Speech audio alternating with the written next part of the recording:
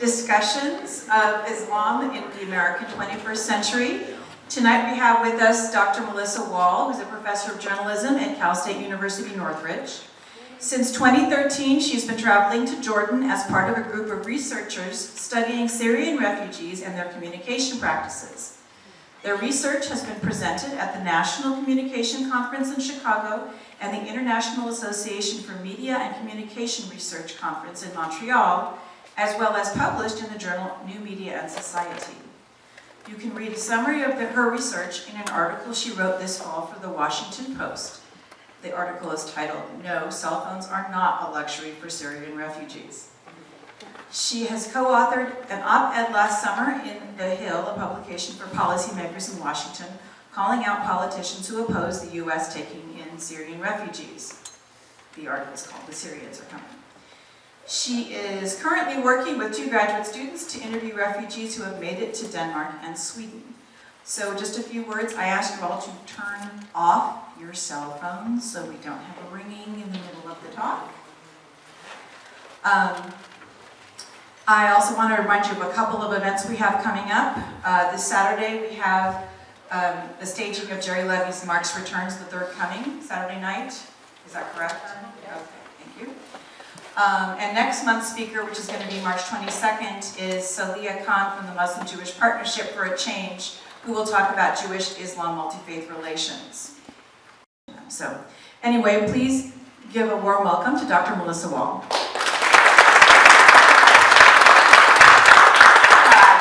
Everybody can hear me okay? Yes. All right, so I have a slideshow, and it kind of matches what I'm talking about, but in places it won't, but that's okay, I'll give you something to look at. And so what I'm going to do first is give you some statistics and some context and heavy-duty stuff like that. And then I'm going to specifically talk about the research that I've been working on. Partly because I think it's something you may not have heard about in a level of detail, and from somebody who's actually hung out with a bunch of Syrian refugees and is seeing what they're experiencing firsthand. And then I'll step back and ask a couple of kind of broad questions, and you can ask me questions, and maybe I'll even be able to answer some of them, and it'll be really wonderful. So, this is where I've been doing research with 2 other professors. They're both in Boston. Dr. John Beck, who is actually a Jordanian national. So she was born and grew up in Jordan and now lives and works in the U.S. And then Dr. Madeline Otis Campbell. And the 3 of us have been traveling, and I'll show you a picture of us in a second, to Jordan since 2013, multiple times to interview Syrian refugees. And I wanted to give you some numbers, some statistics, so you can get a sense of what we're talking about. Many of you may not have heard about the Syrian refugees until this past late summer, early fall, when suddenly they were showing up in Europe. That's when most people suddenly found out there was a refugee crisis. And it's a big one. Some of the numbers are, there's over 1 million have fled to, but it's not just Syrians, it's other ones, but primarily Syrian refugees, have fled to Europe. Probably they're saying now Germany will end up they've taken already 800, 900,000, they're going to take 1 million, who knows where that'll stop. Other countries have been very generous, like Sweden. And the most recent number I have for them is they've taken about 80,000, their population is 9.5 million. Denmark, where I'm going to go do some research, and there's been some issues, is a very small country of about 5 million, and they've taken 20,000 refugees. And this sounds really kind of astounding to us, right? Those numbers. I mean, those are huge numbers, right? Yeah? Yeah. Well, yes, they are, but it's nothing in comparison what's been happening in the Middle East. They've been dealing with this since 2011, 2012. The surrounding countries, those countries surrounding Syria, have had a much bigger, much more dramatic crisis, and they've been dealing with it for years. And I want to give you some numbers just to kind of bring that out. So, to the north of Syria is Turkey, and they now have, I want to say, 2.5 million refugees there. If you go to the west, it's Lebanon. They have over 1 million refugees. If you go to the south, Jordan, where we've been working, 600 and some thousand Syrian refugees. And if you go to the east, it's Iraq, and people even going to Iraq, it's so bad. And a couple 100,000, 300,000 or something like that. All of those numbers are officially registered refugees. So those aren't the real numbers. There's all these other ones that aren't registered. So they're much higher than those official numbers. But here's the thing. In Jordan, there's 6 million people in Jordan. They have 600,000 officially registered refugees.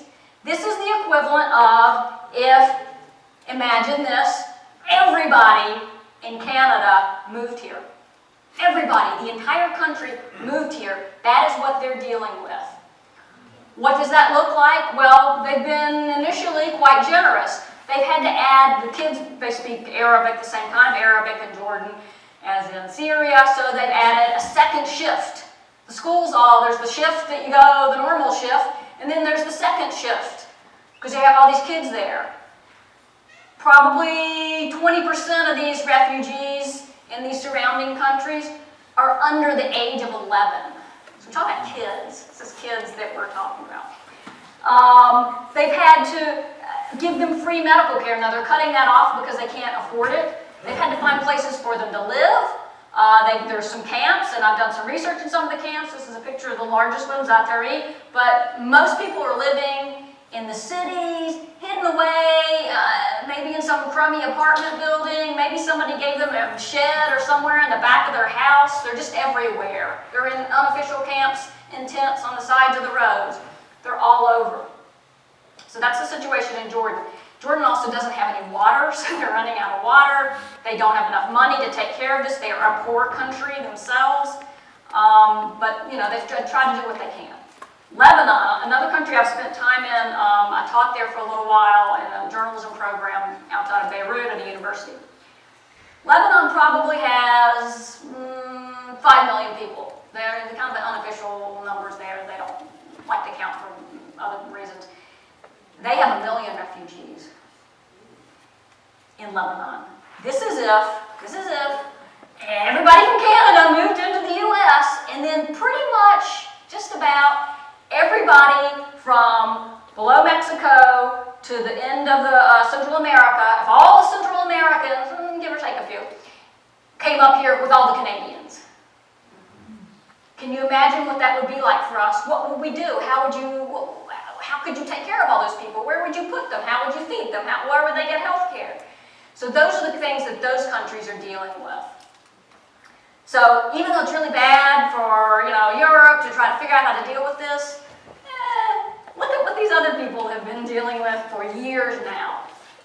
So what's happened with those folks who are in these different neighboring countries, a couple things have happened. One is we all stopped giving them money to the UNHCR, the UN High Commissioner for Refugees, and the other NGOs that kind of help them. But the UN is the main agency.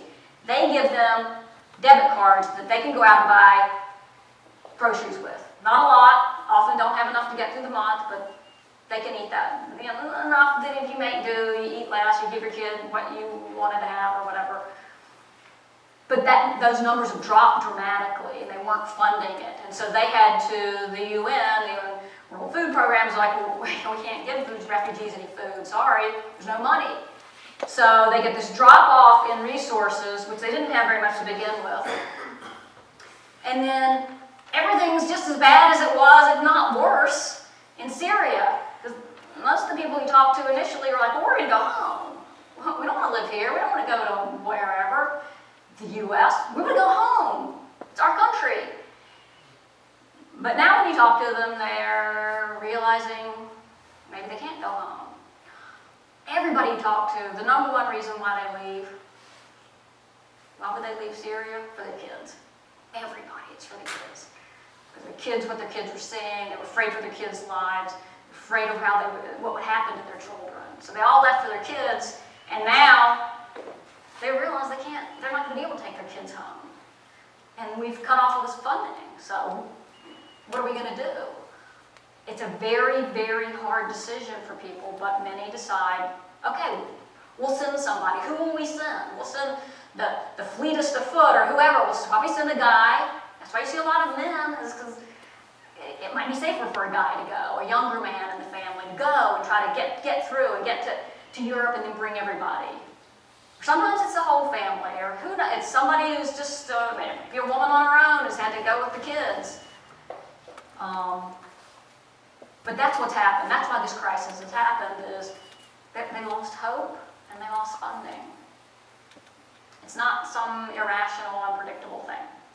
But they didn't all just decide they wanted to grow up in Sweden because it seemed really nice there. Which is what, if you listen to television, is what people talk about.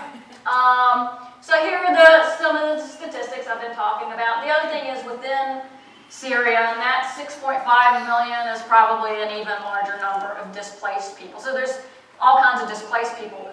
The most recent, I was there in Jordan in December, and we interviewed people. One of the things we were asking about was, well, before you came here and you were in Syria, did you move around? What do you think they said? Yes. People told us they moved 40 times trying to find somewhere safe. They didn't want to leave their country, they just wanted to be safe. So they moved 40 times. You go to stay with this friend, you have a cousin off here in some other village, you have somebody you know somewhere in the capital, and they said it might be okay there, so you're just constantly moving. Your wife is pregnant, your kids are sick, and you're all just packing up and trying to find somewhere safe. So moving 40, 50 times. Not unusual to hear that number thrown out before they move. So there's still people in Syria moving around like that, trapped, trying to find somewhere safe. So it's a bad situation there.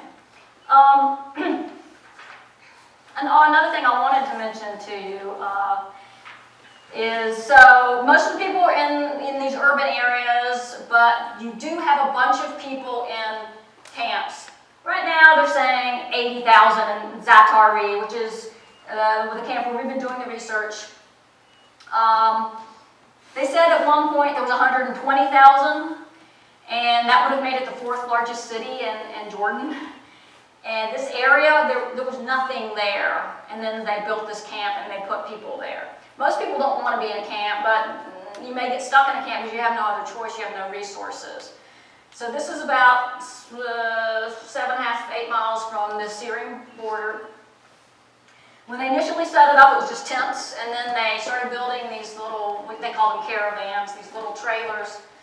And there's a bunch of interesting things about this camp, but one of them is they gave them these trailers, and they were trying to set up and put them a certain way the UNHCR was, and the Syrians, as soon as those guys left, were like, yeah, whatever, and started putting them together the way they wanted them to be. They wanted to be able to put two together so this family members could be with the cousins or whatever, trying to change things. The other thing that happened in this camp, they said they've never seen anything happen like this, is within a very short period of time of it opening, there was suddenly this market and businesses, little businesses, some guy selling pots and pans, or somebody selling refrigerators and TVs, or some young guy you could go to and say, I have a cell phone, I don't know how to download the apps, and you would pay him.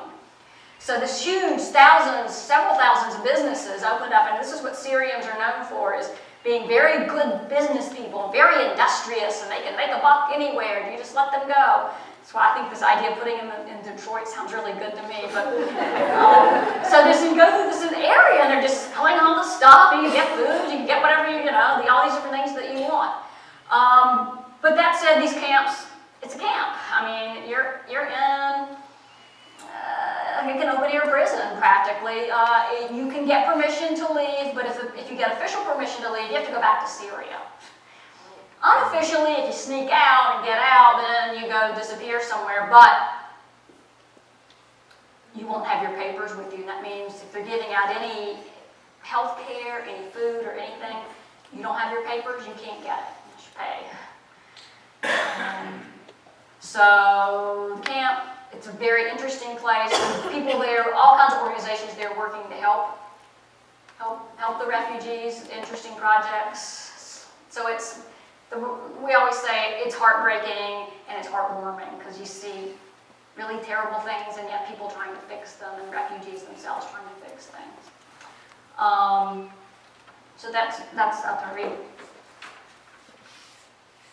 And then I just told you this statistic. This is a little refugee kid, a very cute kid. 20% are below the age of 11. So in Zatari, in the camp, there's kids everywhere. They're just running around. And some of them are in school. There's schools there, but a lot of them, the parents won't send them to school because they need to work. So he's a little young to work, but you're a little boy and you're 8 or 9, you're big enough to push a wheelbarrow. You might be one of the wheelbarrow boys hauling food in the camp from here to there, or maybe some old lady who can't walk and you put her in the wheelbarrow and take her over here to some other part of the camp. Camp's kind of hard to get around and it's quite large. It's twice the size of Central Park. And there's no street signs or anything like that. It's just these, caravans here and there and then certain compounds set up. To get into the camp, you have to have the permission of the Jordanian military. You have to be on the list. And then you go in and you have to go, depending on their mood, how bureaucratic it is, who all you have to talk to and drink tea with, and then you get in past them. And then it's the UN it administers the camp, and the UNHCR, UN High Commission for Refugees, and then there's lots of NGOs and nonprofit organizations, international organizations from around the world that have enough funding to set up a school or a health clinic or whatever. There's several hospitals in the camp. So many people are living in camps, and there are camps also as well in Turkey. All the camps in Lebanon are unofficial. They never open an official camp because of their history with camps concerning the Palestinians, which gets into whole other issues. The Jordanians also accepted many, many Palestinians, and they actually make up more than half of the population. So this is the research team, and this is a couple we interviewed. They were a very sweet couple, an older couple, and the husband referred to themselves at one time. They were contradicting each other as Tom and Jerry from the cartoon. And no matter where we went, these people have nothing, very little, don't have enough to eat. Everybody offers you tea. You come in, you sit on the floor, it's a traditional thing, and they bring around tea. And you have to drink it, but my God, now this woman's not going to have her tea for the next 2 weeks or whatever because we came here. But very hospitable. People really hold on to their humanity. Partly that hospitality is also kind of a characteristic of that region, so that's partly why they accepted all these refugees. Is it would be shameful of you not to accept them.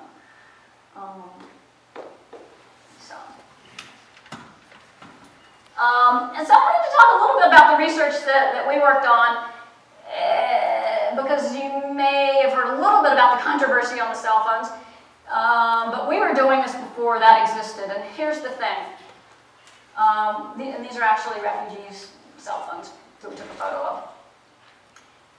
You may say, cell phone, yeah. What about it? Don't they need something to eat, or don't they need health care, or whatever? And yes, they do need those things, but our research shows that actually they think the cell phone is a necessity, that it is something that they have to have. If they can have it, they will have it, or they'll have access to it. And if you think about yourselves, if you were running out of your house tonight and you had to grab something, I bet you'd grab your cell phone too, yeah. And if you've ever seen any of these photo essays of what a Syrian refugee is taking when they hazard the seas to get to the Greek islands, and you open up their backpacks, and every backpack there's a cell phone. It's just a very, very important, crucial device. And so I want to talk a little bit about kinds of things we found that they do with the cell phones. And so we interviewed people in the camps and then also down in Amman, which is the capital, in very poor neighborhoods. So if you have the money, you go live somewhere like that, because it's a more normal existence. You're in a neighborhood, there's shops, there's other people. It may be quite a come down for you if you had money, and the refugees come from all walks of life. Some of them had money, some of them owned several. Professors, we've interviewed shepherds. It's just because everybody is being run out of there because of the violence. So it's just a mix of people, as there is in any society. And I will tell you this detail because people are always surprised when I tell them. This most recent trip to Jordan and a couple of other ones when we've gotten interviews in the capital, the people helping us get the interviews are actually working or members of a non-denominational evangelical church. I'm surprised to hear that. Jordan's a fairly tolerant country, and everybody in some ways, organizations, are touched by the refugee crisis, and so some of them opt to help. So we would go around with them, and they make rounds where they deliver what they call emergency packets of food, and then we would chat with refugees. So it's everywhere, and everybody's dealing with it. So I'm going to talk about these five things that we found out about cell phones. And I'm trying not to be too geeky or anything. And there's a very geeky word that you can just ignore, which is information precarity, which basically is a term we developed to describe what it means when you don't have access to good information. It may put you into danger. It may make your life unstable. That's the easiest way to describe it. And this is kind of cut off, but what we found about the cell phones is that they don't have good access everywhere. So if you're in this camp, there's nobody. It was just out in the middle of an orchard. I think the property used to be owned by and still is by the military. There was nothing there, and so they don't always have good cell phone access because of the location. They also don't have good access, and this telephone access is actually very important, not just sort of a sideshow. They don't have good access because they're trying to call into Syria. And the phone system there is screwed up too, and the government shuts it down, and there's all kinds of problems. And they do these kind of interesting things, which is, you probably never take the SIM card out of your phone. If you're most people, why would you do that unless you buy a new phone and you put it in? And then you may go to the shop and have somebody else. They have all these SIM cards. So, I'm going to use my Jordanian SIM card for Orange, or no, I'm going to use the Jordanian SIM card for Zain because that company is better and it'll help me get a better line. Or I'm going to put the Syrian SIM card into my phone so that when I call my family back in Syria, it looks like it's coming from Syria. Because they might get into trouble when the government is tracking the phone calls and see, oh, what, someone from Jordan called you? Well, maybe they'll throw you in prison and kill you for that. So there's all kinds of weird things that they have to do with their phones. And sometimes they're wandering around this camp, and they used to go to this hill, and the camp, this dirt hill, is all flat. But this was, they had dug some things out. And you stand on this little dirt hill and try to get the signal there. And people back in Syria doing similar things, running to the tops of buildings and trying to catch a signal. So it's very unstable for reasons because of the war and what they're using. And then this is just kind of the idea that we talk about we're in this global world and everybody can communicate and whatever, except for these borders still matter, and they still can cut you off from other people communicating with them. The other limits to information, that we found were gender. More men than women would have cell phones. So a lot of times you might have one cell phone in the family, and the husband or the son would be the one with the cell phone, managing the cell phone. Some women had their own cell phones, but if you were a young, single woman, you wouldn't have a cell phone. And that replicates a pattern in Syria before all the troubles. Age, older people didn't have cell phones a lot of times and didn't know how to work them and didn't want to have anything to do with them. The cell phone was seen as this incredibly powerful tool. They believed the cell phone helped bring down the Syrian or challenge the Syrian government and caused all of the Arab Spring. They could have been stopped in Syria for having the phone, and somebody would go through their phone, and it could be life or death to determine whatever was on your phone. Cell phone was seen as incredibly important. It wasn't just some thing to call somebody with. And then class. So if you had more money, you had more SIM cards, you had more time on your phone. The other thing you could do with your phone is transfer money. So people in Syria, while their bombs and everything were transferring money to the refugees by phone. And then the other thing on this slide is the mobility. And one of the findings we found in the towns, in the cities, and in the camps was the bigger your personal network was, sometimes the better off you were. And the more mobile you were, sometimes it meant that you were more likely to get a job, more likely to hear about, hey, they're giving away something free down the road at this nonprofit or whatever. And so within the camp, people who were more mobile and were walking around a lot and going into the souk and whatever would actually hear about more things happening. So some of the information is coming from the cell phone, but some of it is actually your mobility, your ability to physically walk around. Am I boring you? Okay. Okay. Because I love this stuff. I can just talk about this all the time. So, okay, so they've got they do get information, and many people have a TV, and it's on satellite TV. They're watching, Al Jazeera or whatever. Although some people told us they refuse to ever watch the news anymore because it was so upsetting, and all you see is images of your country torn apart or dead people, and it affected them so deeply that they just couldn't watch it. So sometimes it would just be cartoons and the kids sitting there watching it. But the issue you run into is you can't get the kind of information you want if you're a refugee. Because what they want is to know, number one, can I come home?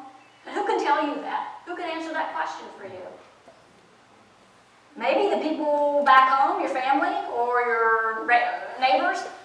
No, your house is gone. Yeah, they blew it up. No, there's some terrible thing happening. Although actually they would never say that. I'll tell you about that in a minute. So if they've heard there was fighting in some particular area, there's fighting in Aleppo. Did my cousin die? That's what they want to know. So the cell phone is the only thing you can use to find that out. And they're either doing it through phone calls or doing it through Facebook or doing it through something called WhatsApp, which is a networking thing that you can use and to have a closed system with a group of other people. And then camp resources. There were all kinds of questions about resources, either in the town or in the camps about, well, we're not quite sure how you can access this health care, or I didn't know what to do with my son, how to get him into the school, and then I heard this from this person and that. So they get lots of different information. And people don't mean to lie, but I think people pass along rumors, and so they're besieged by all kinds of false information, which is a condition of this instability. If you can't even find out, can I go to the doctor? Will they let me see the doctor, or will I have to pay because I don't have enough money? I don't know what school would take my son, or when can I go get some help, or listen, talk to some people who know some things. So it can be difficult to get the most basic information. And what's really interesting is all those groups furnishing the information, including the UN, they told us the same thing from the other side. We can't reach them. We don't know how to get information to them. Why can't we ever get information to them? And so one of the reasons was because a lot of them have to keep changing their cell phone number because they can't make the payments on it or whatever. So they have trouble reaching them consistently as well. And so this is something we heard from people a lot, which is the only thing I trust is my phone. They hold it up. I only trust this phone. Nothing else. Everything else you don't know. You've got to verify everything yourself. So imagine if the most important things in your life, you can't trust any information other than what you're getting from other people, and then it might be wrong. Other interesting thing that we found having to do with communications was image control. So there's lots of stories being told about refugees. You've seen those stories. But they feel like all these other people control stories about them, and they don't control their own story in many cases. And in the places like the camp, there are people coming in and out there all the time. Celebrities, Angelina Jolie, she's been there who knows how many times. Politicians from around the world, all kinds of dignitaries show up and walk around, they haven't talked to somebody or whatever. And then they leave, and the refugees are like, these people come in here and they talk to us, why didn't they do anything for us? Or they came in here, we told them how bad it is, and nobody's helping us. We keep telling you over and over again how bad it is. Why can't you tell that story so somebody will help us? Can you see what's happening to us and just not help? We heard that a lot. One of the areas that was a particular concern was with the women. Because if you're a woman and you are said to be dishonored, you're in trouble, and your family's in trouble, and something terrible could happen to you, and certainly nobody's ever going to marry you. You might be ostracized from the community or something worse. And so reporters, they would come in and they'd have the story about they're all prostitutes, everybody there, they're all, and yeah, there were some, but not like this, not the majority, some tiny number. A lot of people were getting marrying off their daughters really early and young, but for some of them, if you're from a rural area, they marry them off young anyway, so it's a complicated situation. What was very interesting to us, though, is there was a compound in the Zatari refugee camp that the UN organization ran just for women, gave them training, and they were learning to do some new skills. And so we went and interviewed those women a couple of times, and those women, and possibly a self-selecting group that would show up there and want to learn new things, but they had become very savvy about how the media operated. And these were people with like 4th, 5th grade education. They never interacted with the journalists before. They didn't know anything about journalism, and they learned kind of the rules. They didn't ask my permission for that photo. When they interviewed us, they didn't tell us who they were. So they kind of started understanding how this works and how they had to be very careful with these reporters. You couldn't trust them. One of the women had done an interview about getting work skills and needing a job, because they do have some small jobs within the camps, and you can get paid that are kind of official jobs, but they tend to be things like cleaning. And so actually the men didn't want to do the cleaning, and so the women would take these jobs. And it was creating problems in the household, because now you have a woman who's the breadwinner and the guy sitting around and doesn't have anything to do. But anyway, this woman had been interviewed, and then the next thing you know, they took her photo, identifiable, and they put it with some story about people selling drugs and prostitution or whatever. So that she got associated with that. Here's the thing that people don't remember is all these refugees, they can go online too. They can look up your name and what you said about them. You think they can't? It's not like the old days when you could go interview somebody and God knows what you'd say they said. They can find out now. It's really interesting. The other thing is when people try to do internal things, telling the story. So there was a Japanese nonprofit, very well intended. They want to put out a magazine inside the camp. Sounds like an okay idea, but the refugees, especially these refugee women, didn't like it. They said they were telling things that weren't true, and they weren't talking to the right people. They didn't understand how things work. And come to find out, this magazine, then, that was a common thought around the camp. And in fact, some of the UN people told us they found the pages of the magazine were being used in the souk at these restaurants to wrap up food for takeaway. That's what they thought of it. They were like just tearing out pages from this magazine because they wondered where all the copies had disappeared. Nobody read it. They were just wrapping up stuff and giving it away. So the media is a very big issue. And the other thing that would happen, and this is the lives are not grievable is a term, and it comes from a well-known academic that says some people, when something bad happens to them, will grieve about it, but some people, it just happens to them, and I think refugees fall in that category. The other thing I was going to mention is and I don't know if this is on the next slide or not, the women also got in touch with young women, Syrian women who live in England and the US and wherever, and they were monitoring images that people and stories that people were writing about these Syrian women, and then if you kind of screwed somebody over and you were the reporter or whatever you were, you might hear from them, which I thought was also quite an interesting thing.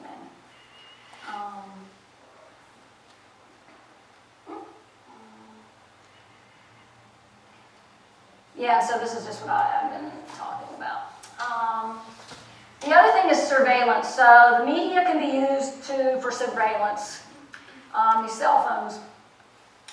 And you get tracked. And even if you're out and you think you're free, if you want to call back home, like I was saying, there could be people listening. And so they developed strategies, if you want to call home, and one of them is you make up these other terms, like if it's being bombed heavily, you say it's raining a lot here.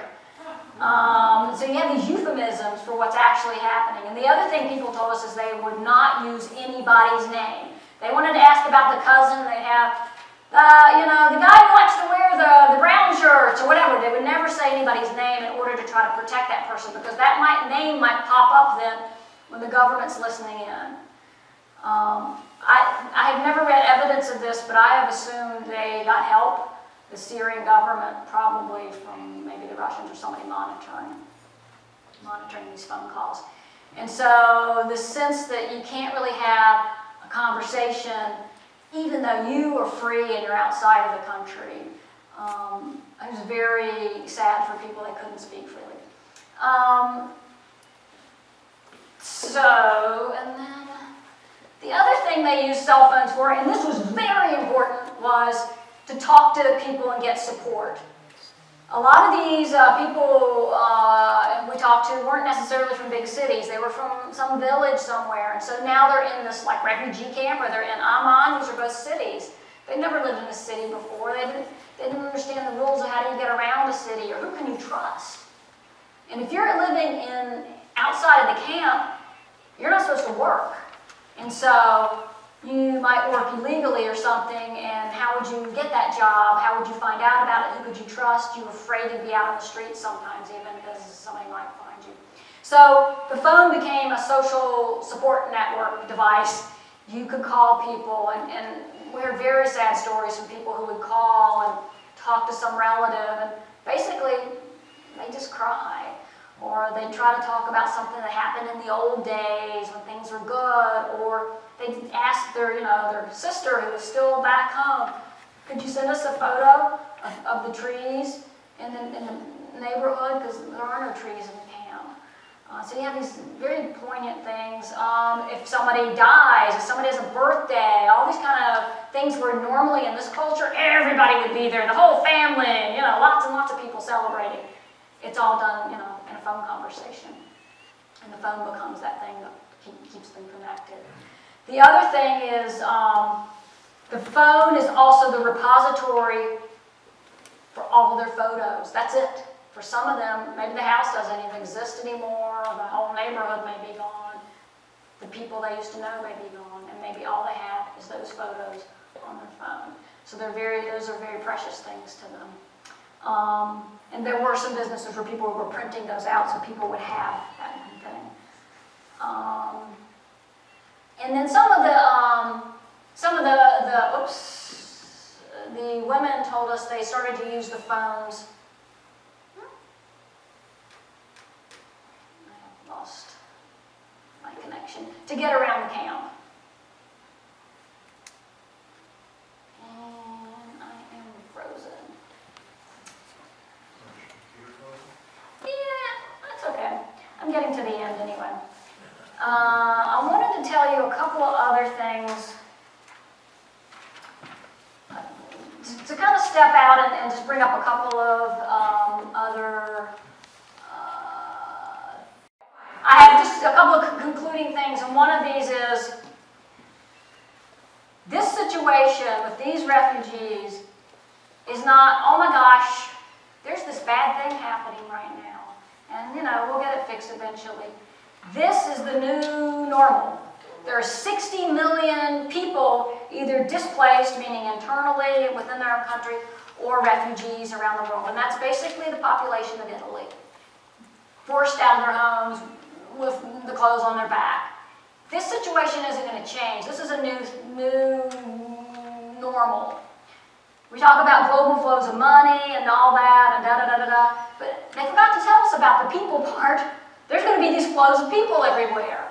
We're not set up to deal with it. We don't want to deal with it. And we've got to come up with some way that we can. This last trip, and I need to stop talking, we went out below the capital. There's a military base. It's called Marca. You may have seen the name in the news. Marca military base is where the Canadians are processing all those refugees that they're taking.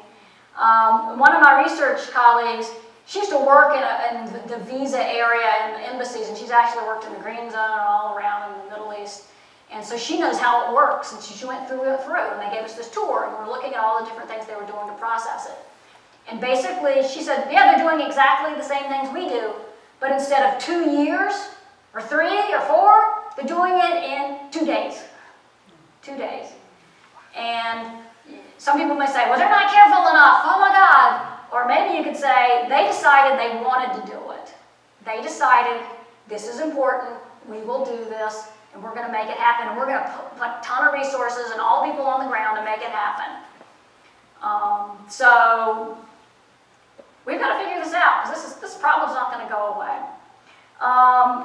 The other point I wanted to make was that I think this challenges us to think, use a phrase, to make acts of cosmopolitanism, or acts of that we are members of a world community, and what is it that we should be doing, if anything, for these people? I mean, if you look at that island of Lesbos in Greece, Greek government didn't want to do much, and so it's all volunteers running many of the things there, and there's people from around the world now, some of them may have bad intentions, I don't know, who've shown up there and are trying to help.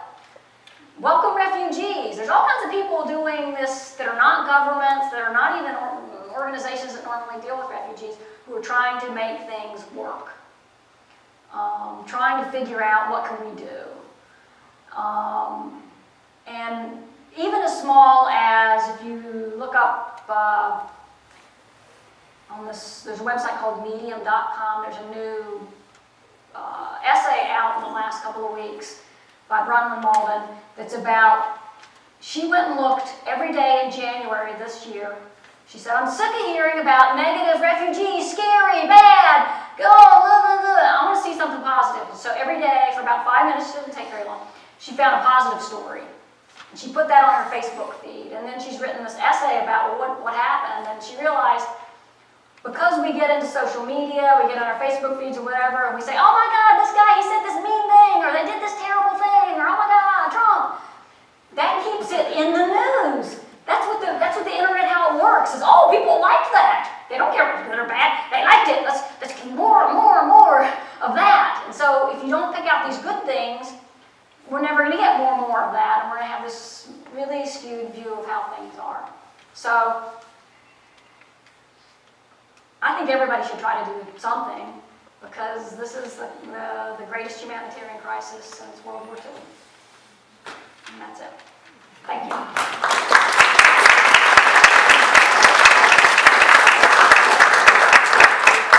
So we have time for questions, and I have a microphone. So.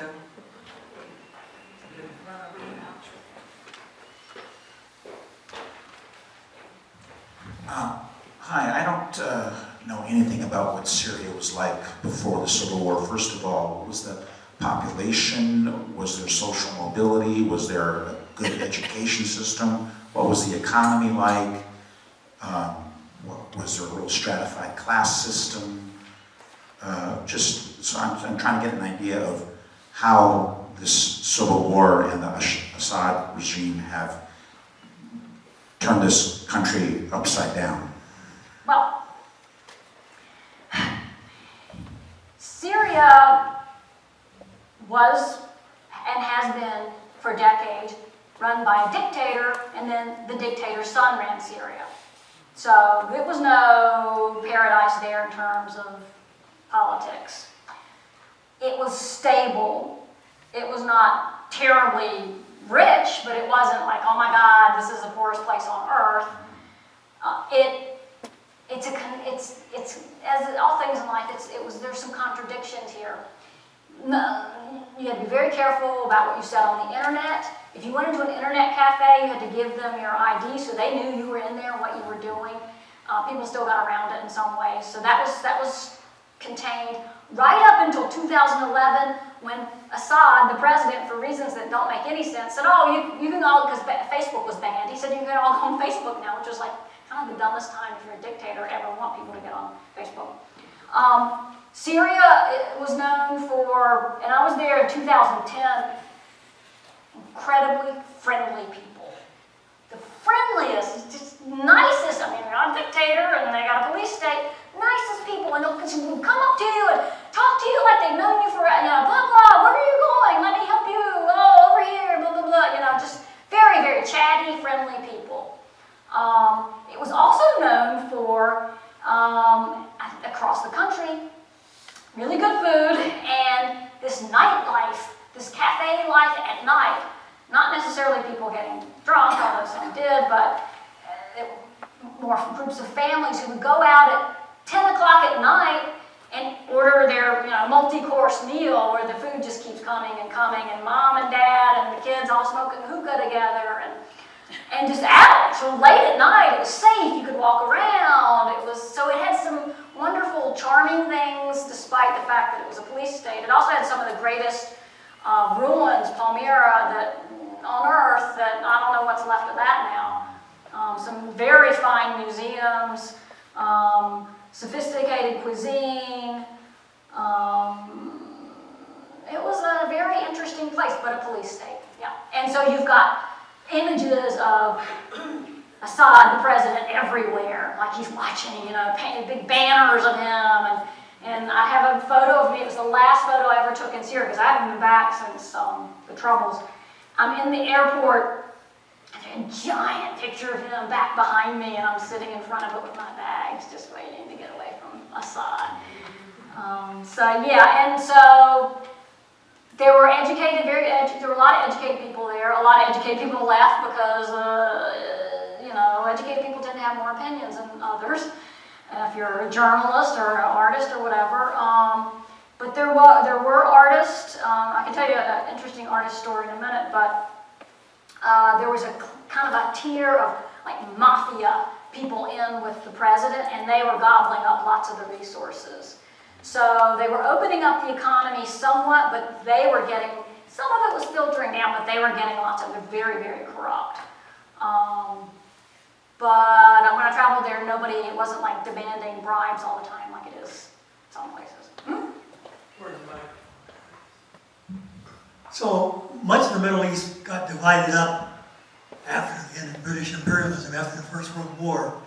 Were all these countries, Syria, Lebanon, etc., how did all that work out before the First World War? Do you know much about that?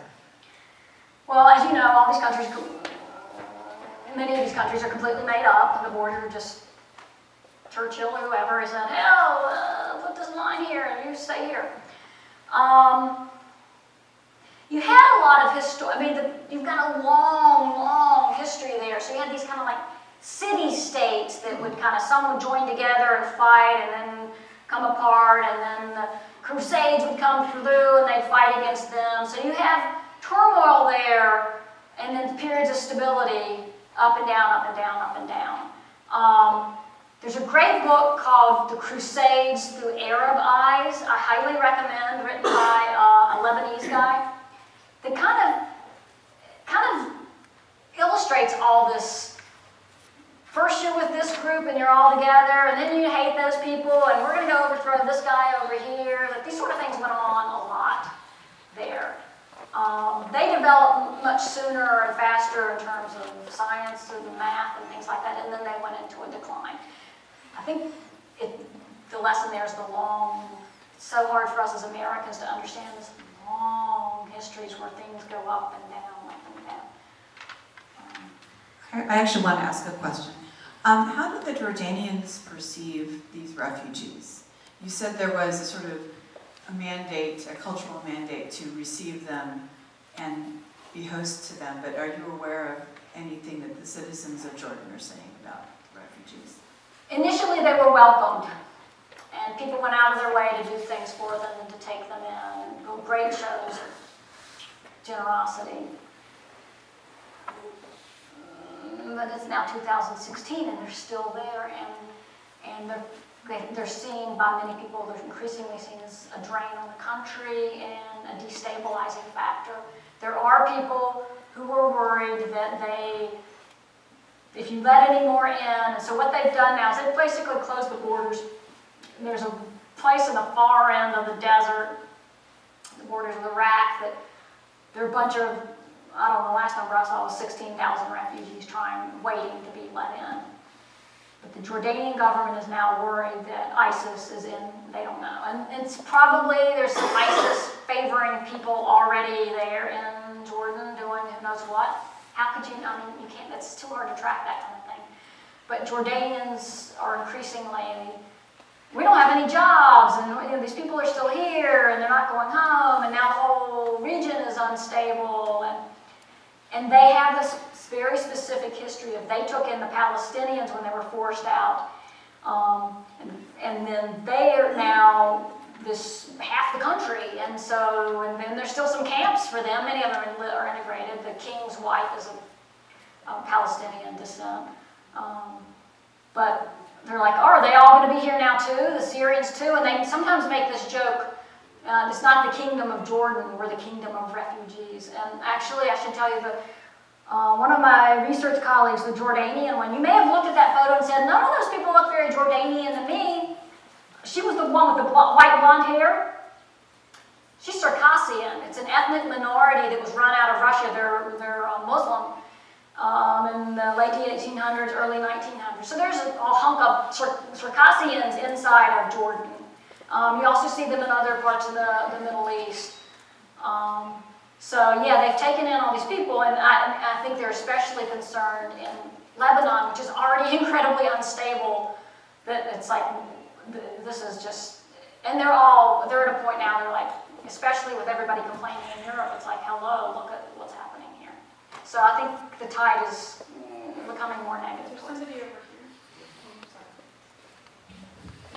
here. I've seen Syrians interviewed and they all seem to speak English. Do many of them speak English, and why?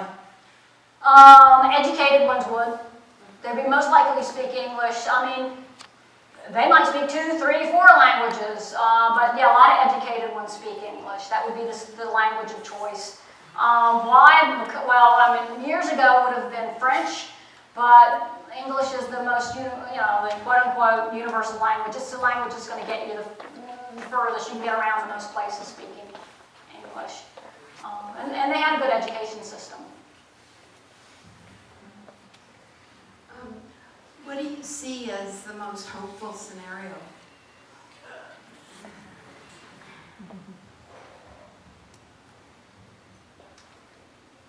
The war would end. The fighting would end. But when will that happen? What I look to is Lebanon. Lebanon had a 15-year civil war. It was very vicious and brutal. Most Lebanese don't live in Lebanon. All the intelligentsia, anybody having money, just about left. And then one day, kind of, not exactly one day, but kind of like that, they said, enough of this already. And they just decided to stop, and they got peace talks, and they stopped. Country is dysfunctional, there's all kinds of things wrong with it. It's also incredibly beautiful. It's got Beirut, which is the Paris of the Middle East. It's got this incredible art scene and food. It's a very sophisticated population. They stopped fighting eventually. And one of the things people told me is they stopped fighting because the kids I was teaching in university, I did it for my kid. Those kids in university had no experience of that war, other than secondhand from hearing from their families. And so what you find in Lebanon is they call it live for the day. We know this could end. This could end any moment. Do I ever want to write a book? I'm going to write a book. Do I ever want to start a band? I'm going to start a band. I'm going to go have fun. I'm going to go live because I don't know how long this will last. So for me, that's the best case scenario is they'll all get tired one day, but I don't think they're going to get tired anytime soon. Just one. Two questions. Was there a specific incident that started this uprising, like Egypt, was one person decided enough was enough? Was there a specific incident that started this uprising? And with all the factions, this is an incredibly complicated situation. There are so many powers that be that are involved. How do you undo a mess like that? A lot of people want to attribute the uprising spark to a group of kids in Daraa, which is down in the south near the Jordanian border, who went and wrote graffiti against the president and got taken in, and I think they pulled out their fingernails. They basically tortured these little boys, and that was it. And then some people say that's kind of the spark. There was protest or whatever, but that was what really set it off. Yeah, there's so many and it's not just people in Syria, it's all these other countries who've gotten involved. Everybody's got it. It's the same thing happened in Lebanon. Everybody had their side, they were supporting it. They thought whatever they would get out of it. Will one group eventually triumph? I don't know. Nobody knows. But it's not going to be over in 2 or 3 years. It's probably a generation. And the country is, to a certain extent, it's destroyed. The infrastructure, it's a shambles. All these refugees, and initially when you talk to them, they talked about when they would go back, and now they're saying, I've accepted, I can't go back. I'm going to leave and go to Europe or the US for my kids. So, As of last fall, we had admitted 2,145 Syrian refugees, and I think we all know there's an 18 to 24 month redundant and I consider paranoid screening process that the United States is entering into. Is there any effort, grassroots, political, human rights effort to move the United States towards being a humanitarian welcoming nation for Syrian refugees? I think there's small groups of people, and some of them are churches, some of them are refugee helping organizations that are pushing, but there isn't a champion. We need a political champion for this, and nobody wants to touch this. They're not going to touch this in an election year. You know, the only one who might is Obama because he has nothing to lose, but I mean, they're not letting people in. They're slowing the process down. They're dragging their feet. This is part of, we're working on a couple op-eds on look at what the Canadians did, and it kind of makes you sad. It kind of makes you ashamed in a way of what, you know, this is so small of us. Got a question back here. Hi,